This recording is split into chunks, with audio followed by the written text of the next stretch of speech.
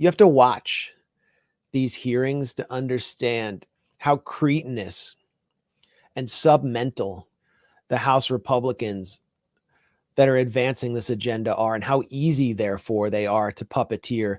And we thank Michael Tracy for doing that job, because, you know, we have a lot to do, and he's an institution.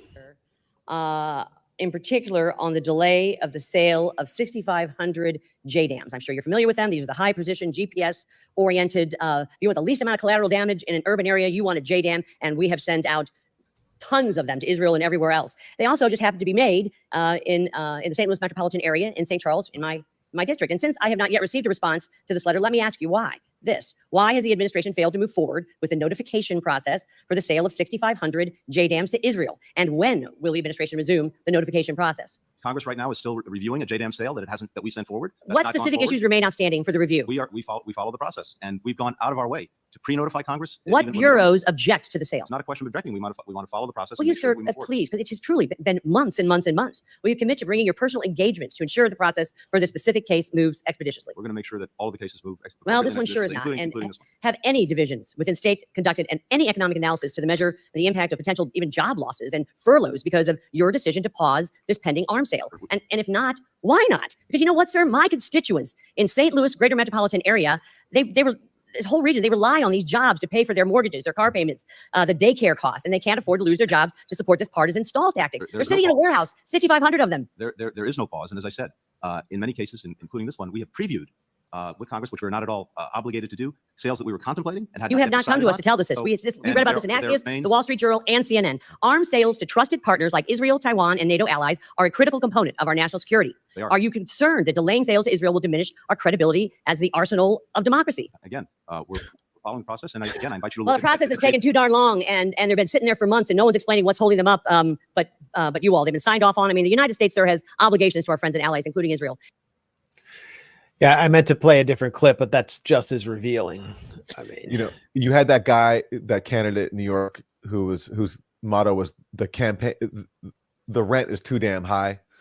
Well, for her, it's the process is taking too damn long in terms of selling JDAMs to Israel, and she links that to her constituents' well-being, that people can't pay their rent and buy groceries and provide daycare while we're pausing one shipment of weapons to murder people in Israel. It's like this is their version of America first. They somehow link the destruction of civilians in Gaza to the well-being of average U.S. citizens at home. And the main link there, if there is one, is that people's money that could be used towards bettering people here is being spent to murder people abroad. That's the actual connection, if there is one. Yeah. People can't pay for their daycare because the JDAMs aren't being dropped on Gaza. And that's what it all comes down to. Military Keynesianism. We're the arsenal of democracy. JDAMs, those are 2,000-pound, 500-pound bombs designed to destroy targets that are buried deep underground. And they're being dropped on multifamily homes. And this really impacts the daycare quality of people in suburban white flight districts of St. Louis. We got to get those JDAMs over that. Really, I mean, and it's true. I mean, so much of the American economy thrives off of death. It's what I call the necro-economy. You see it here in Washington, D.C., especially in the suburbs of Northern Virginia. But, you know, not far from me in Washington, D.C., there are gleaming offices for BAE Systems and General Dynamics and all other merchants of death. And next to those offices, in areas that, you know, when I was growing up were just like industrial wastelands, kind of blighted areas with some housing projects, you now have gleaming condos and, you know, kind of like ultra modern lofts for the mid-level workers in the necro-economy. And they now tower over what's left of the projects.